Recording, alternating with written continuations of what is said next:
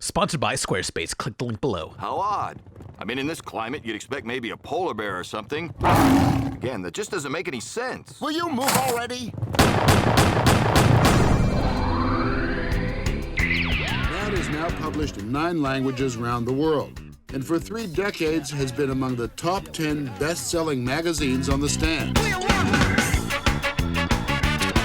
Another day, another alimony. If you wanted to see up-to-date parodies of movies or public figures in 1952, you didn't have much to work with. It was a time before memes online, SNL, Simpsons, Colbert Report, Newgrounds, The Onion, or Weird Al. Among the few outlets that influenced most of those was Mad Magazine. Is this Mad Magazine? Mad Magazine. Very funny. You kids don't remember Mad or magazines. We have no philosophy, we have no politics, we don't take sides. We have no morals, we have no scruples. We have no taste. Plus, I mean, working for Mad means just never having to grow up. That, I suspect, is the essence of it. Often peaking at 2 million issues sold in a month, this was the #1 humor magazine among kids working in coal mines. And you recognize their mascot, Alfred E. Newman? Well, they didn't create him. He was actually a goofy face many advertisers used since the late 1800s for anything from dentistry to pie. This one looks like he collabed with the Gorillas. Repurposing Alfred as the mascot basically turned him into a vintage troll face or soy jack meme. Mad did not take itself seriously and yet had a lot of integrity. Even when they were bought up by Warner Brothers in 1967, they had tons of creative control, accepting no advertisements and did only the merchandise they approved of. Sorry, can't relate. With no ads, they could mock whoever without the threat of companies pulling ads. While they mostly stuck to print, the magazine did branch out with various animated projects I'll cover. Mainly tonight's topic, Cartoon Network's Mad from 2010, commonly regarded as Robot Chicken for kids. Yet was there more to it than that? Not really. But do you have anything better to leave on in the background? It's very likely you do. You're never gonna close all those tabs. It's Juice and Jam time.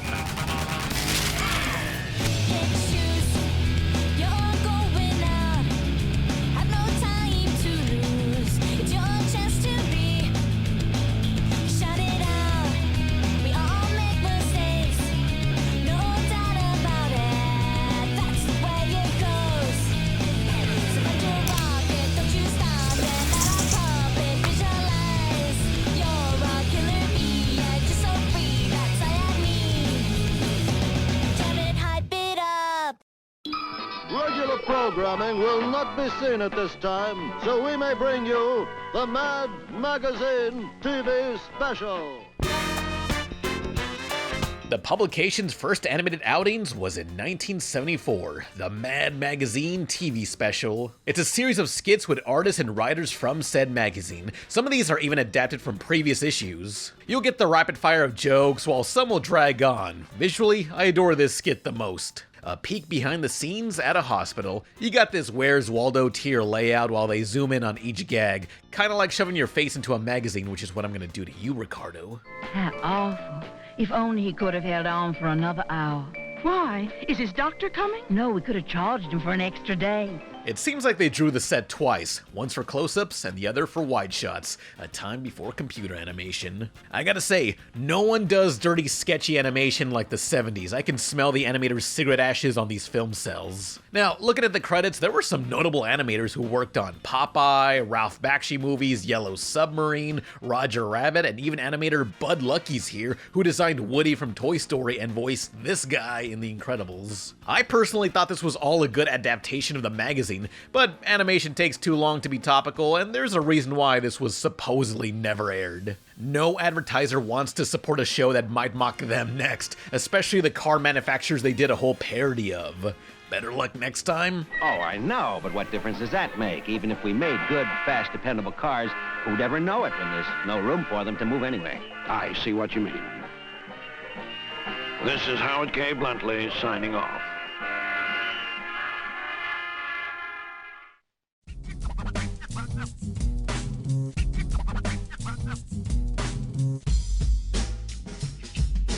How about some lost media?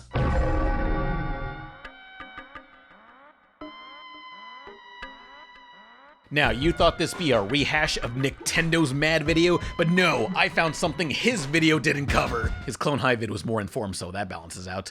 Unreleased and planned for 1988, it's Hanna-Barbera's Lost Mad Show. It's very difficult to research, as the few bits of info are wiki pages sourcing blog posts and random internet forums. There's message board users confusing the previous Mad special for this one, so I almost doubted this existed until I found an upload by animator Rami Garcia. He's done it all from Bonkers, Gargoyles, 2D Disney sequels, and Green Eggs and Ham. This Mad clip was digitized from a moldy VHS, while even his work friends did not have any more, so do not bother him. All there is for now are 2 minutes of a lost sketch show, and look, it's Spy vs. Spy, the original race war. Which side will you choose? Comment down below. Everybody freeze! And that's all I've found. Somewhere in WB's vault, this show is rotting away next to all the tax write-offs and the fourth Warner brother we are forbidden to speak of.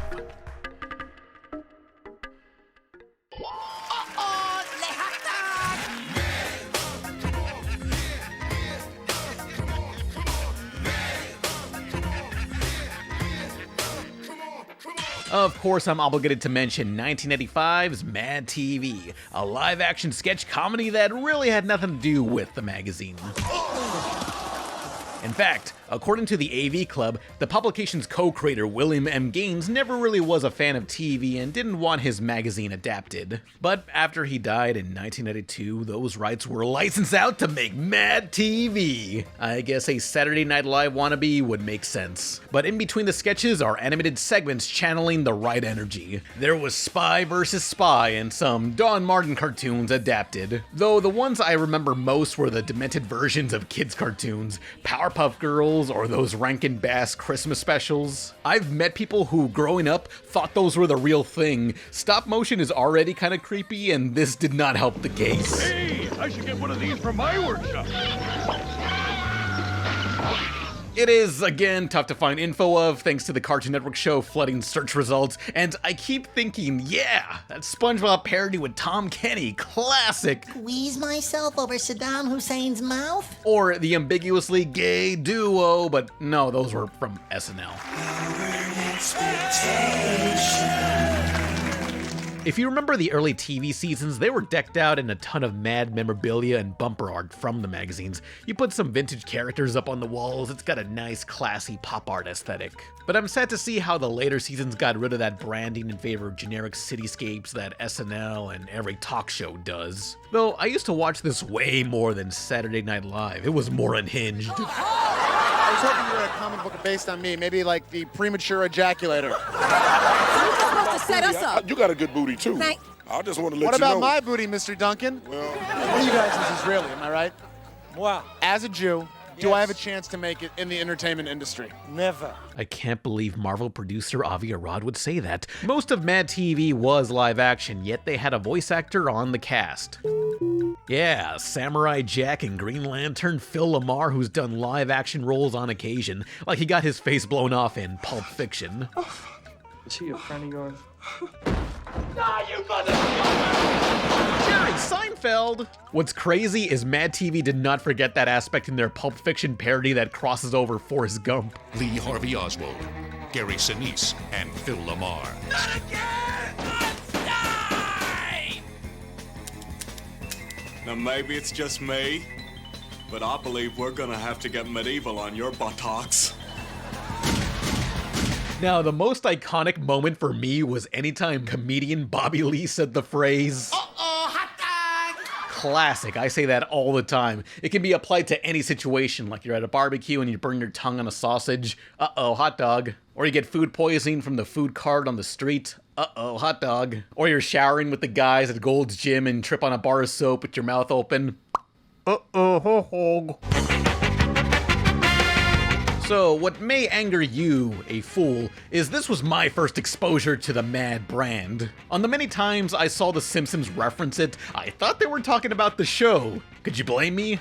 Yes, but the sales of the magazine were on the downturn past the 70s. Maybe there was more options for that kind of humor and kids were focusing on video games or TV. Mad was looking for ways to recoup the losses, accepting ads, more merch, video game deals, and loaning the broadcast rights leading to MadTV. But in 2009, those rights were expired as WB got them back. The following year, a more kid-focused series would premiere. What show could that be? What video are you watching, idiot? You are now watching MadTV.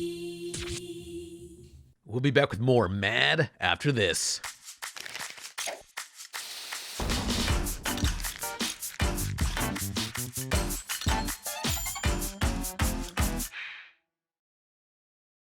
But first, this video is sponsored by Squarespace. Got an idea for a cartoon? Want to host a website, organize your art, or sell stuff? You need a website. Squarespace. From so many easy templates, you can use their fluid engine to customize your site for all your needs. Posting your art on social media is a disorganized mess. You need a portfolio of your best work. Currently, I'm constructing the site for my upcoming Loki IRL pilot featuring character bios, model sheets, their interests, art, fan art, style guides, favorite songs. Keep it organized. Go to squarespace.com for a 14-day free trial. If you're ready to look professional, get 10% off a site using my link. Squarespace.com/RebelTaxi. Check the description below. Coming up on Cartoon Network, next, Mad. Later, regular show. I sure wouldn't want to be Mars when they get their water bill. We now return to Mad, already in progress.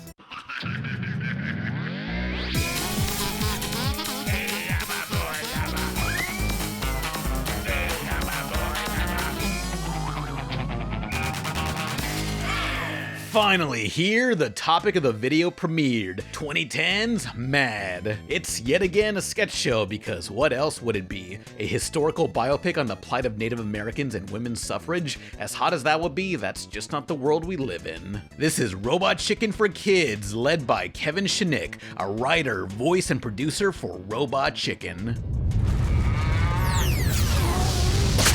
Ow. You know what to expect from a series of gags. It may have been aimed at kids, but this era had Cartoon Network rediscover its edgy phase. Rather than aiming for ages 7 and up, much of CN at the time went for a somewhat tougher PG rating, which mirrors the books. It started as a comic, but with new regulations via the Comics Code stepping in to censor them, Mad became a magazine to get away with way more. But if we clap real hard, she'll come back to life, right? Right? This series had one-off gags, fake commercials, but mostly parodies combining multiple properties. This will often include a then-recent film nobody remembers. Like, they got this blatant shipping art of a My Little Pony with Eeyore the donkey together. I want what they have, but it wasn't meant to be. You can't outrun your fate, Eeyore! You weren't supposed to meet her! So, you guys remember the 2011 film Adjustment Bureau? It's the Adjustment Burrow. Eh? How about Kitchen Nightmares Before Christmas? As a sort of failsafe, the creative team's goal was to combine two unrelated things where the concept is so outlandish that the parody holds up for how odd it is. You might not remember the movie, but you'll definitely be amused at how unhinged the spoof feels. No, wait, I'll clean that up.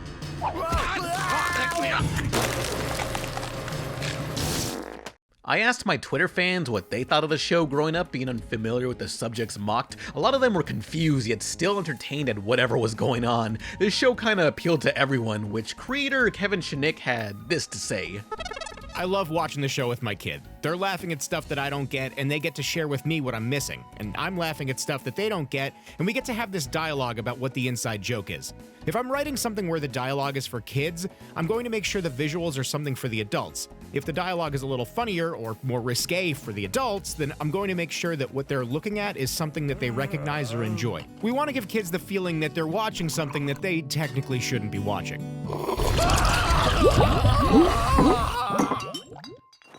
My buddy picks me up with a blind date.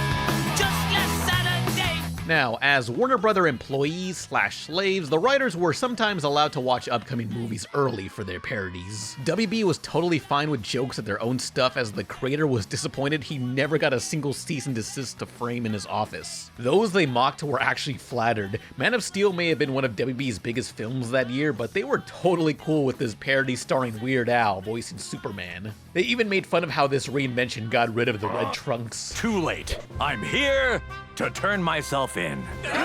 What? They threw out my red undies. Yeah, but we thought you'd replace them with something. Oh. And the alien known as Superman was arrested for indecent exposure today. Speaking of Weird Al, there is an unfinished music video by Kablam designer and co-producer for The Mad Show, Mark Merrick. The visuals were for Polka Face, but WB could not get the license, thus it was never used. At least Robot Chicken managed to do Weasel Stompin' Day with Al. Polka face. Hey! Baby, baby, baby.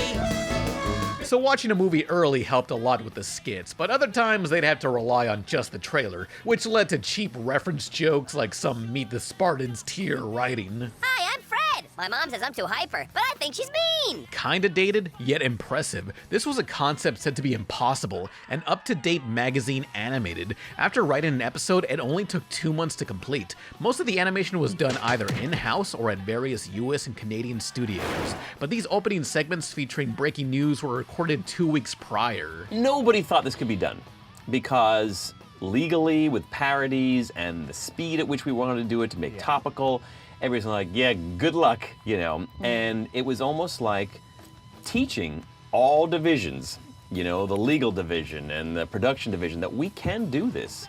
And it's only because everybody on my team put in like 200%. I could write something today and in 2 months have it on the air. This show was done as fast as possible with the same few voice actors. Sure, some skits look like a middle schooler barely discovering Adobe Flash on their virus-coded laptop, while others are what kept me engaged. Could you pass the terrified humans, dear? Thank you, dear. They still had designs by or inspired from many of Mad's usual gang of idiots. Don Martin, Al Jaffe, Tom Richmond, Sergio Aragonés, and Antonio Prohias' Spy vs. Spy. Early seasons had them in 2D, but later on they opted for more stop motion.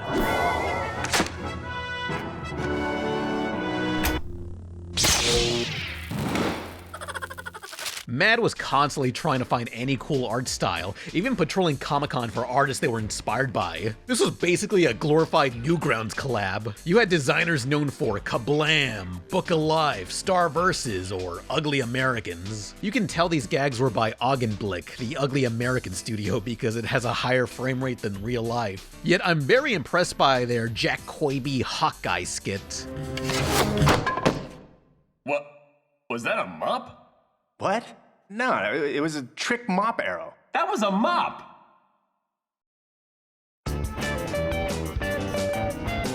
So, during election years, the magazine would make fake campaigns for the mascot Alfred E. Newman. While the show avoided any real political or social commentary, they still kept up that tradition for several skits in 2012. Each election year, the magazine sponsored Alfred E. in a run for the presidency. But that has stopped. We stopped running Alfred in the last few elections because when we got to see who the candidates were, we thought he now has a chance of winning. The joke is over. They did everything they could to translate Mad to TV, but one complaint with the series is they often parody the same few topics. Pokemon, Justin Bieber, My Little Pony, it's for kids. Unlike Robot Chicken, whose target audience has about 2 or more decades to absorb media. With reoccurring topics, Mad was borderline a YouTube content farm. Where's the Squid Game Wednesday Adam Digital Circus parody? As with any old magazine, this show needs to be syndicated in a dentistry waiting room for kids coked out on noxious gas. Mr. Aragonés, I'm a big fan of your cartoons and your mustache. You want it? Take it. It's brought me nothing but misery. Wow, thanks. Ay, ay, ay. Gesundheit. Now, in between some of the skits, they'd pay tribute to the source with these scribbles called marginals. To fill in empty spots on the pages, mad cartoonist Sergio Aragonés would doodle between the gaps. That's typically where I like to stick my doodle. It stinks. But I do like the tiny doodles in the margins. Oh, that's just some relish from a hot dog I found. Another fun homage are the end credits. Not because my suffering's over, but because these fold into itself, similar to the fold-ins. I think The Simpsons can explain it best. What higher power do TV evangelists worship? I'll say God. I'll say Jesus. The almighty dollar! You fold it, you bought it. Yeah, so I never grew up with Mad, but I was reading through old issues on archive.org. I would have loved this stuff as a kid. These fold-ins became my favorite. What brilliant new idea has the current TV season produced? The same old trash. Hell yeah. These were painted by Al Jaffe, who contributed to Mad for 65 years. He's got the Guinness World Record for working in comics the longest at 77 years. There were plans to do these images in video form for the show, but they just didn't have the right pacing for this fast series. Guess it works better in print, like this one. What is the image of US justice that the rest of the world sees? Yeah, the cartoon was never that hardcore. Missed opportunity. Though there was the infamous Grey's an Anime skit. It's the most overdone Japanese cartoon spoof ever, and it features a cameo by Pedo Bear. He was our generation's Epstein. He's been forgotten while some jokes were dated when this aired, like here in this parody of the Facebook movie The Social Network. More like the So-So Network. Come on, Mark. This is our time. Yeah, but speed it up, because in a few minutes, it'll be our time. Security, have them removed. You see, back then, regular show premiered new episodes right after, though I was there when this exact skit debuted. They rescheduled regular show to go at a different time, so the joke never made any sense. Some poor writer thought he was so clever, but the schedule gods were a cruel one. He's my son, and I say he's too irresponsible to have a party. That would be more stupid than the time Jonah Hill tried to eat a plane. So that's what that looks like. From its premiere to now, I always felt Mad was a mixed bag. Hell, it's one of my first reviews on this YouTube channel in 2010, back in high school. It's not that I watch these shows, I just need something colorful in the background as I surf the web. Mad, it's essentially Robot Chicken for kids. I'm very mixed in the show. It feels like the Friedberg and Seltzer approach of referencing what's popular without having a joke to tell. Though, the more I watched it, the more I grew to love it, and yes, I'm making nostalgia-based videos on things made when I first started. We're going back to basics. Not every skit is gonna land, but skimming through as I edit, there's a lot of gold buried throughout. I would just take breaks from editing and watch through whole episodes again. Beyond the pulp culture, there were timeless skits over fake product parodies. Based on the same technology used to train animals, the Parent Trainer is equally effective, but twice as much fun. Victoria, I thought I told you to turn that music down. Whoa, hold on, it's that song. What? Fun. Victoria. Shall we, Scanty?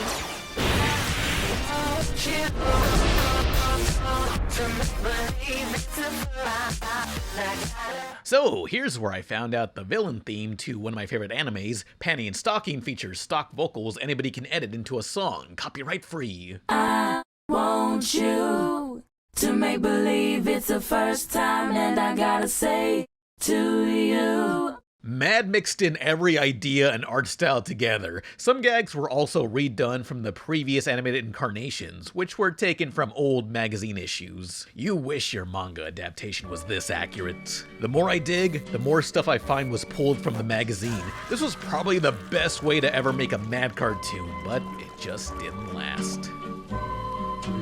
Remember the afternoons we spent skipping school.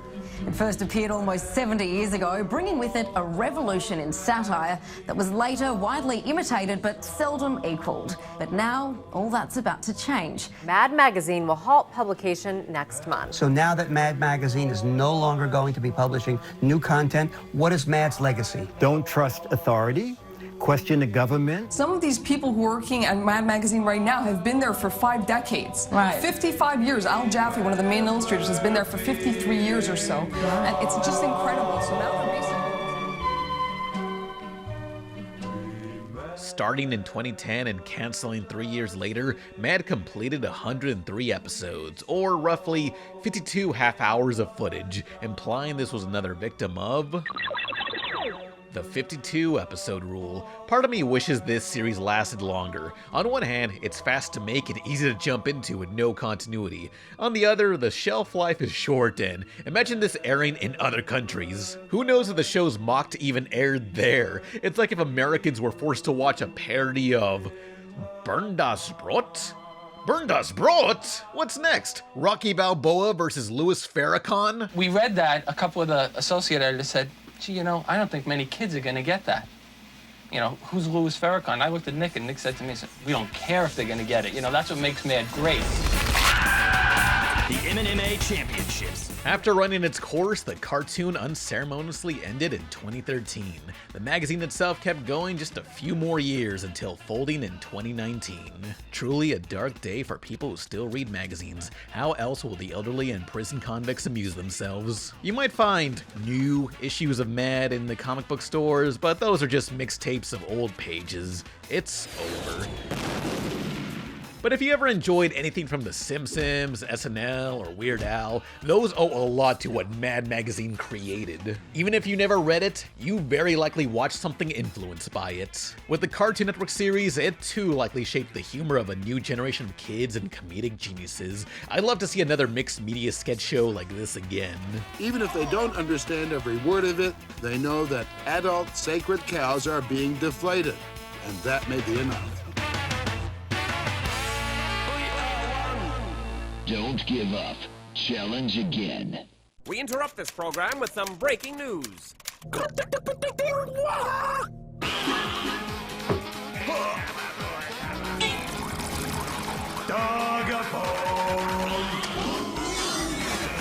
One small step for... Oh, man. We now return you to your regularly scheduled program. Mad. It's Mad Funny. New series premieres Monday, September 6th at 8:30, only on Cartoon Network. So what if Kristen Stewart has gorgeous hair? Scarlett Johansson has beautiful eyes.